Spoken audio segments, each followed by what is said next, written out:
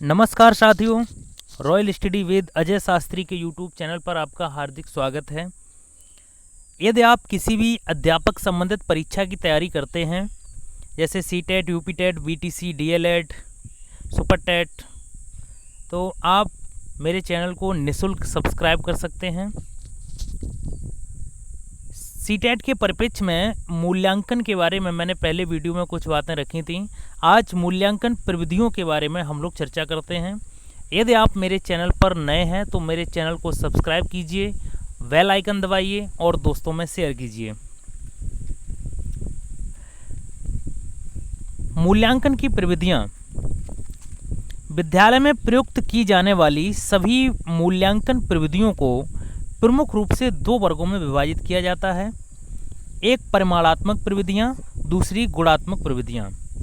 तो जो परिमाणात्मक प्रविधियाँ होती हैं उनमें मौखिक परीक्षा और लिखित परीक्षा व प्रायोगिक परीक्षा होती है।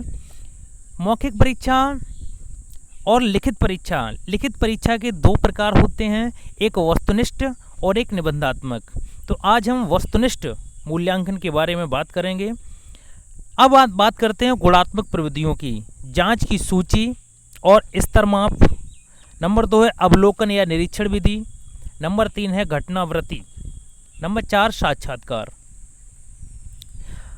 परिमाणात्मक प्रविधियां क्या हैं कि मूल्यांकन में इस प्रकार की प्रविधियां अनेक उपयोगी और विश्वसनीय तथा वैध होती हैं। ये 3 प्रकार की होती हैं। नंबर 1 मौखिक परीक्षा, नंबर 2 लिखित परीक्षा और नंबर 3 प्रायोगिक परीक्षा। मौखिक परीक्षा में मौखिक प्रश्न पूछे जाते हैं और लिखित परीक्षा में लिख के उत्तर देना होता है। प्रायोगिक परीक्षा में प्रैक्टिकल किए जाते हैं। अब बात करते हैं मौखिक परीक्षा की। छात्र के ज्ञान के मूल्यांकन की वह विधि मुख्यतः व्यक्तिगत होती है, मतलब छात्र को अकेले बुलाकर प्रश्न पूछे जाते हैं। यह मूल्यांकन की प्राचीन और परंपरागत विधि है। सबसे पहले बालकों को मौखिक परीक्षा के माध्यम से ही उत्तीर्ण या अनुत्तीर्ण किया जाता था। इसमें छात्र से मौखिक रूप से प्रश्न करके उसके ज्ञान, अभिव्यक्ति की क्षमता और उसके आत्मविश्वास को परखा जाता है। मौखिक प्रश्न पूछते समय कुछ बातों का विशेष ध्यान रखना चाहिए। जब मौखिक प्रश्न पूछे तो विशेष ध्यान रखना चाहिए। जैसे लंबे उत्तरों वाले प्रश्नों को नहीं पूछना चाहिए। प्रश्नों में द्वयर्थी शब्दों का प्रयोग करने से बचना चाहिए। छात्रों को उत्तर देते समय बीच में नहीं टोकना चाहिए। लंबी शब्दावली वाले प्रश्नों से बचना चाहिए। इनकी शब्दावली लंबी है, ऐसे प्रश्न कम पूछने चाहिए। अब बात करते हैं मौखिक परीक्षा के भेद। इंपॉर्टेंट टॉपिक है, अच्छे से ध्यान से एकाग्र से समझने का प्रयास कीजिए। शलाका परीक्षा। इसमें परीक्षणकर्ता शलाका की सहायता से किसी पृष्ठ से प्रश्न या पंक्ति को पूछता है। छात्र मौखिक ही तुरंत उत्तर प्रदान करता है।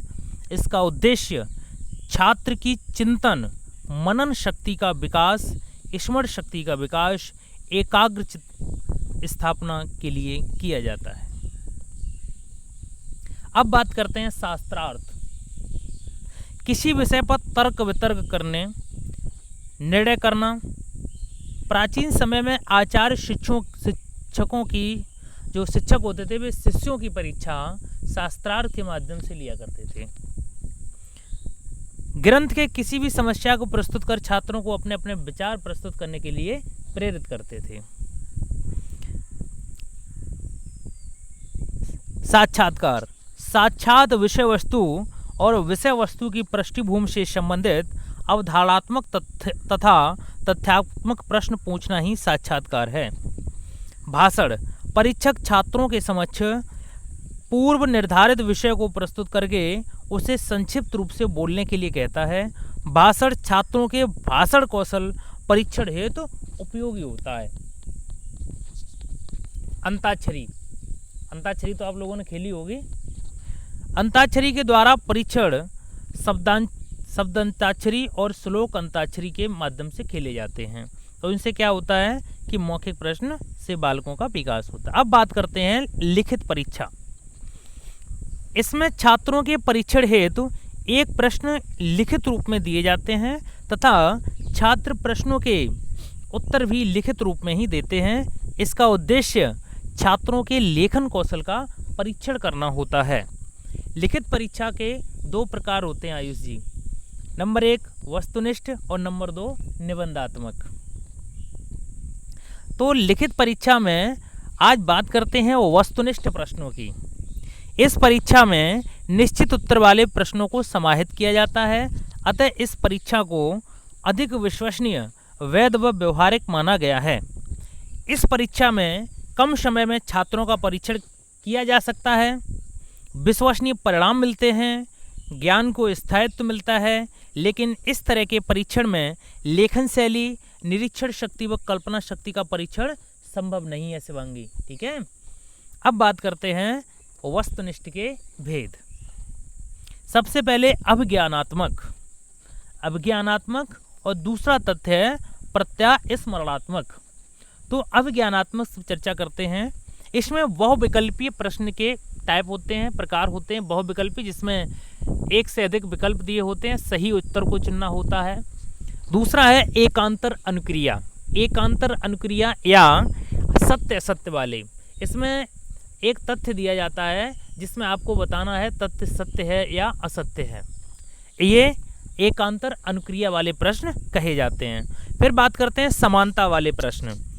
इनका क्या है कि समानता से मिलान किया जाता है। 4 प्रश्न दे दिए जाते हैं, 4 उत्तर दे दिए जाते हैं, उनको मिलान करना होता है या कोई वाक्य अधूरा रख दिया जाता है जिसे मिलान करके पूरा करना होता है। अब बात करते हैं अभिज्ञानात्मक में वर्गीकरण जिसे विभेदीकरण कहते हैं।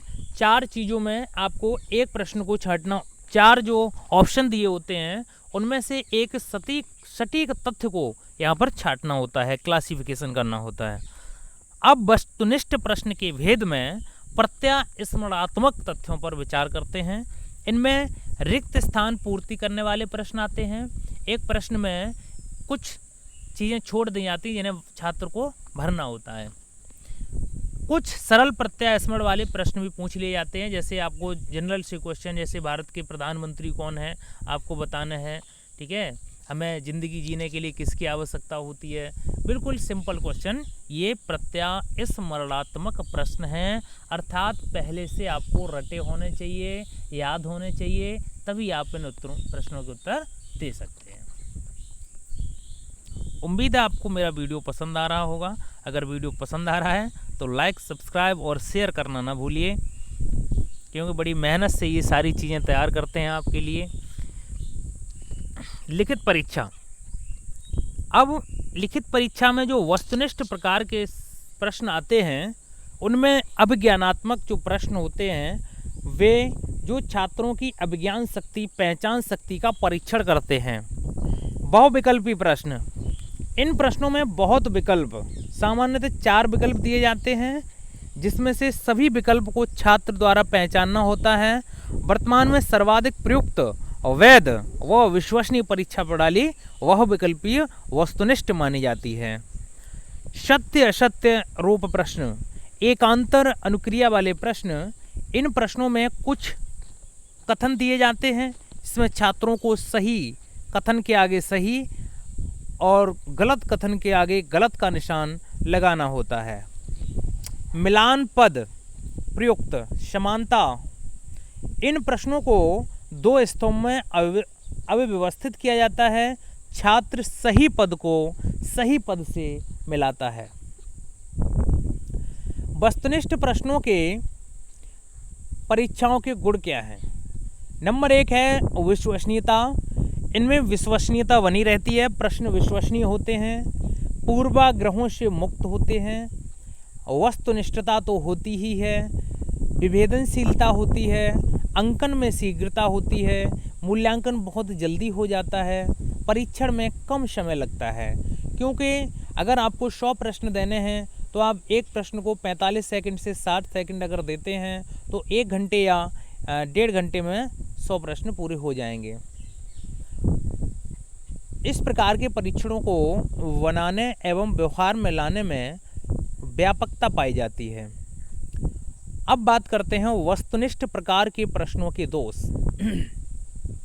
इस प्रकार के प्रशिक्षण के निर्माण हेतु विशेष प्रकार के प्रशिक्षण की आवश्यकता होती है, जैसे अनुमान आधारित प्रश्न, अधिक लागत, लिखित अभिव्यक्ति का ह्रास, सृजनात्मक चिंतन, विचार, दृष्टिकोण एवं भाषाई कौशल का परीक्षण करना संभव नहीं है।